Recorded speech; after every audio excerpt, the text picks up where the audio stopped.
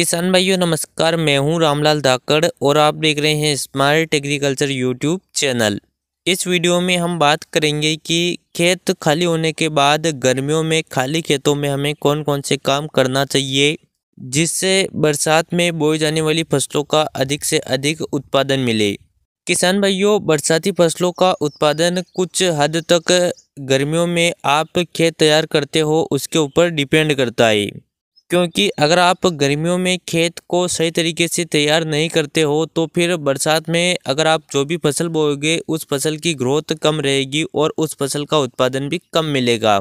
तो इसीलिए इस वीडियो में हम आगे विस्तार से बात करेंगे कि खेत खाली होने के बाद गर्मियों में खाली खेतों में हमें कौन कौन से काम करना चाहिए और कौन कौन सी बातों का ध्यान रखना चाहिए।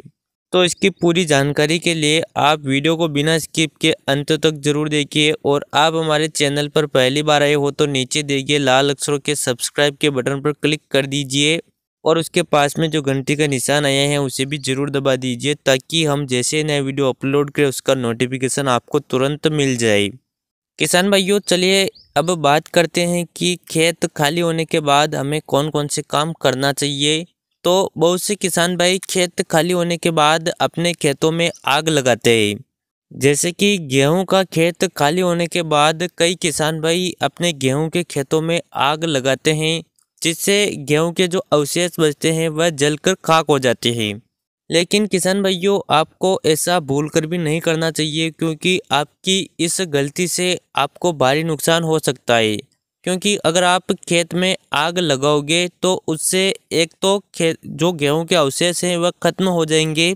इसके अलावा खेत में जो गोबर पड़ा रहता है वह भी आग के साथ जल जाएगा, जिससे मिट्टी में मौजूद जैविक कार्बन में कमी आएगी और अगर कार्बन में कमी आएगी तो फसलों की ग्रोथ अच्छी नहीं हो पाएगी और पैदावार कम होगी।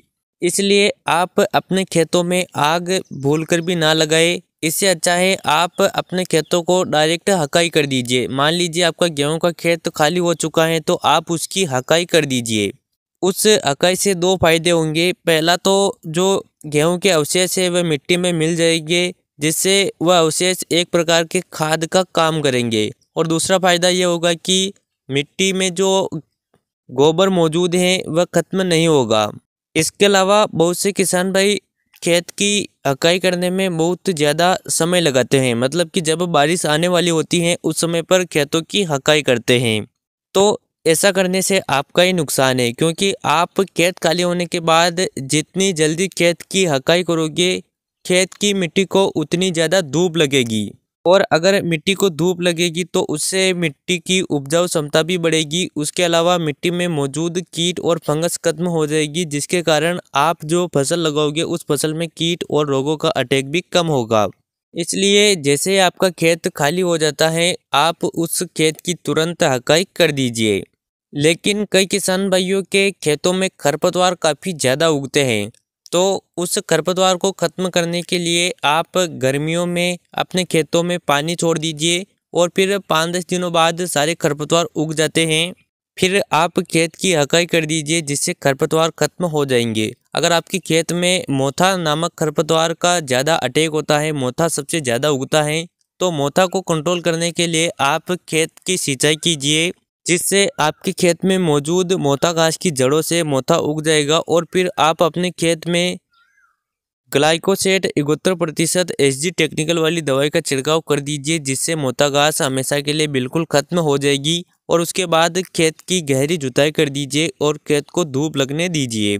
तो किसान भाइयों, आप खेत खाली होने के बाद मेरे द्वारा बताई गई बातों का ध्यान रख लेते हो तो आपके बरसाती फसलों की पैदावार यकीनन तौर पर अधिक होगी, बरसाती फसलों की ग्रोथ बहुत अच्छी होगी। तो इस वीडियो में बस इतना ही। वीडियो पसंद आया हो तो वीडियो को लाइक, शेयर और चैनल को सब्सक्राइब जरूर करें। चलिए मिलते हैं अगले वीडियो में। जय जवान जय किसान।